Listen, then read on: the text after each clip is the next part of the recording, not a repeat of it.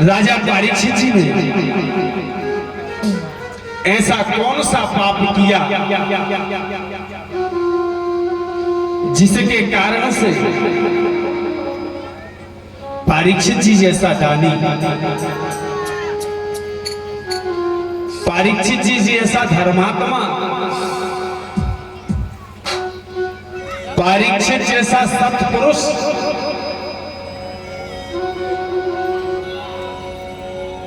जिसके राज में प्रजा सुख की अनुभूति करती हो,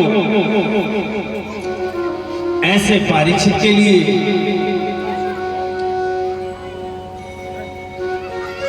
समीक के पुत्र श्रृंगी ने श्राप क्यों दिया?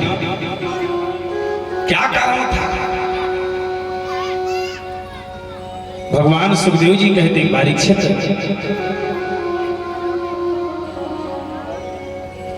सूत जी सौनकादिक ऋषियों से कहते हैं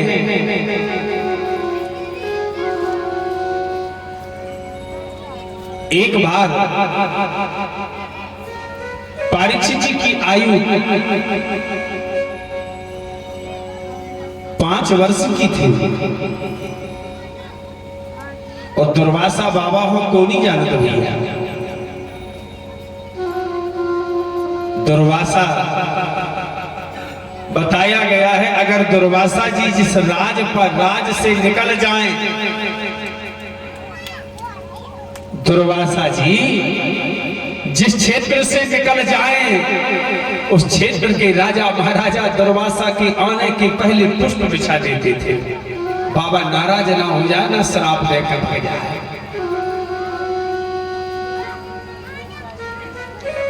महाराज दुर्वासा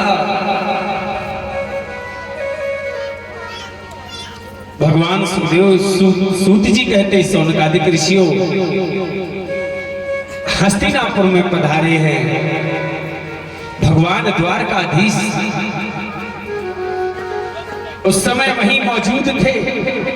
धर्मराज युधिष्ठिर के पास में भगवान विद्यमान हैं। अब परीक्षित जी छोटे से थे, एक रस्सी ली और रस्सी लेकर के जैसे दुर्वासा जी आए, वह रस्सी लेकर के बार बार सर्प सर्प सर्प सर्प कह करके बार बार चिढ़ाने लगे। दुर्वासा जी ने कहा बालक हट, तू मुझे नहीं जानता। अब जैसे ही बाबा दुर्वासा जी ने रुकी तो बाल बच्चों को जब रुको तुम ठेके करने लगा, तुम पीछे नहीं करने लगा। जो चीज हम मना करके वो जान कर, अब वो जरो जरो मान के परीक्षित जी ने सर्प सर्प सर्प सर्प। दुर्वासा जी ने कहा इसका बालक है, इसका काल आ चुका है। अब जब ललकार करके कहा तो परीक्षित जी कोई कमसल व्यक्ति का बेटा नहीं है, अभिमन्यु का पुत्र है। उसे अभिमन्यु का पुत्र जिसने धरती के सबसे बड़े सूरमा महारथियों के चक्रव्यूह में प्रवेश किया था, निडर निशंक अजय,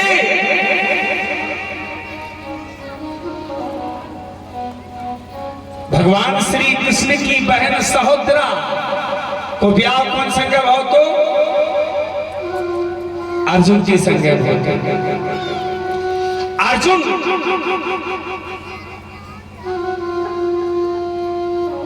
का पुत्र होता है जिसका नाम अभिमन्यु होता है। अभिमन्यु कोई भगवान श्री कृष्ण का सगा भनेज है। अभिमन्यु उसी की पत्नी उत्तरा के गर्भ से जन्म हुआ था परीक्षित जी का। और जो एक बार परीक्षित बन गया, कुछ करे ना करे वो कन्हैया की गोदी में तो बैठ गया। क्या हो गया? क्योंकि बब्बा की गोदी में नाती तो बैठा है, भैया वो बैठा लड़का से कबू बात करे न करे, मगर लड़का तो काको लगा मूल पे चढ़त रहती, मूल से बड़ो ब्याह।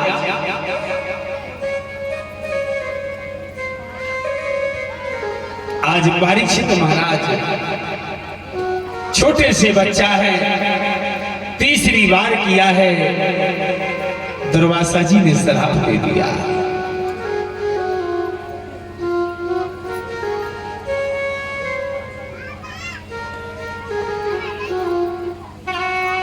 मोबाइल पर भगवान सुखदेव जी कहते हैं, परीक्षित जी जैसे श्राप हुआ है, दुर्वासा ने श्राप दे दिया, जा बालक, तुझे सर्प से खेलने में बहुत शौक आता है, सर्प से जा, मैं तुझे श्राप देता हूं, तेरी मुक्ति सर्प से। और जैसे श्राप दी है, श्राप देते ही गोविंद कृष्ण कन्हैया दौड़ते दौड़ते आए, दुर्वासा से कहने लगे, दुर्वासा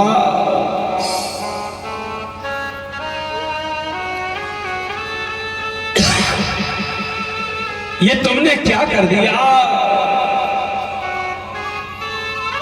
इस कुरु वंश के अंतिम चिराग को तुमने श्राप दे दिया।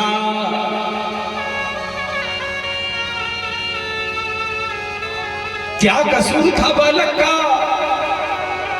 अरे बोले, ये मुझे मजाक में सर्प सर्प कर रहा था। भगवान ने कहा, इतनी सी मजाक, छोटा सा पाप तुमने सजा उसको मृत्यु की दे दी। अभी उसने देखा क्या है? अभी तो उसने बालपन ही गुजारा है, उसने संसार के कुछ सुख सार को नहीं देखा। बाबा, ये कौन सा न्याय है तुम्हारा? दुर्वासा जी ने सर नीचे कर लिया।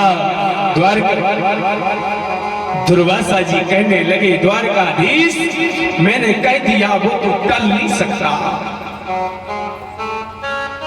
भगवान कहते हैं, मुझे मालूम है नहीं टलेगा, परंतु इतना तो करो, बाल और वृद्ध एक बराबर होता है, तो इस बाल श्राप को वृद्ध में परिवर्तित करके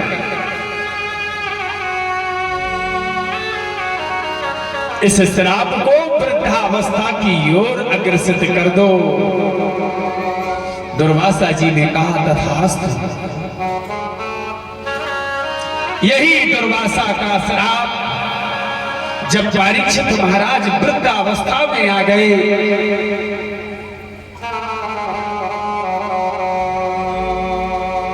वृद्धावस्था में आकर के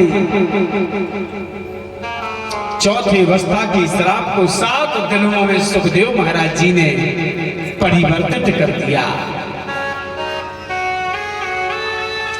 कन्हैया तो चले गए थे, परंतु भगवान ने कहा, परीक्षित, हम चले जाएंगे, परंतु मेरा नाम रहेगा। मेरे नाम के आधार,